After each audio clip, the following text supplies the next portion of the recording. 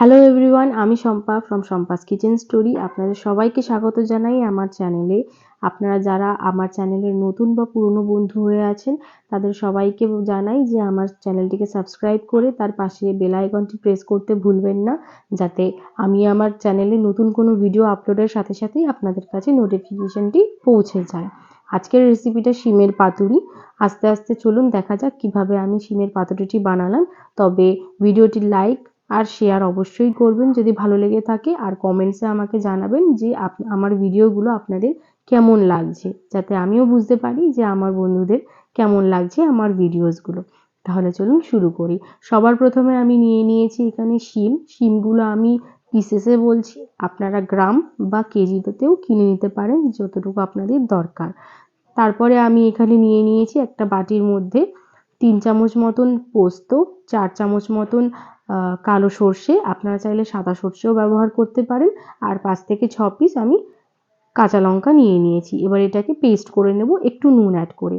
তারপর কড়াইতে আমি 3 থেকে 4 চামচ মতন সর্ষের তেল নিয়ে নিয়েছি। একটু গরম হলে হাফ টিস্পুন মতন কালো জিরে ফোড়ন দিয়ে নিয়েছি। তারপরে অ্যাড করছি শিমগুলো অ্যাড করার পর এর মধ্যে অ্যাড করছি নুন। তারপরে অ্যাড করছি 1 চামচ মতন হলুদ গুঁড়ো। নুনটা আপনারা আপনাদের স্বাদ মতন ইউজ করবেন। সবগুলো ইউজ করে নেওয়ার পর তারপরে একটু নাড়িয়ে নিয়ে এটাকে কিছুক্ষণ ভাজা হতে দেব। শিমগুলোকে হালকা ভাজা হয়ে যাওয়ার পর তারপরে এর মধ্যে অ্যাড করে দিচ্ছি পেস্ট অ্যাড করে নেওয়ার পর সবগুলো একসাথে মিক্স করে নেব, যাতে খুব ভালোভাবে এটা কষে যায়। তারপরে মিক্সিতে থাকা পেস্টটার মধ্যে আমি অল্প একটু জল অ্যাড করে তারপরে কড়াইতে অ্যাড করে নিচ্ছি। এগুলো তারপরে একসাথে সবগুলো মিক্স করে নেব। তারপরে তেল ছেড়ে আসলে এর মধ্যে অ্যাড করছি একটু মিষ্টি। আপনারা নুন আর মিষ্টিটা আপনাদের স্বাদ মতন অনুযায়ী দেবেন। তারপরে কিছুক্ষণ পর আমি জল অ্যাড করছি, তার সাথে অ্যাড করছি একটু নুন। আমার স্বাদে নুনটা একটু কম হয়েছিল, সেই জন্য এভাবে এটাকে কিছুক্ষণ হতে দেবো যতক্ষণ না গ্রেভিটা ভালো মতন ফুটে আসছে আর শিমগুলো সেদ্ধ হয়ে আসছে।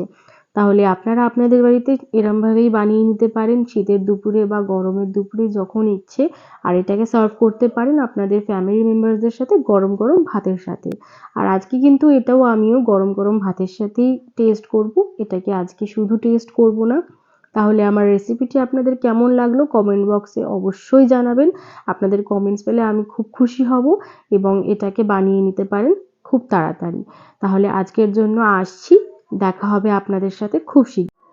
ভালো থাকবেন, সুস্থ থাকবেন, দেখা হবে আবার অন্য একটি ভিডিও নিয়ে। ততক্ষণে আসছি, বাই।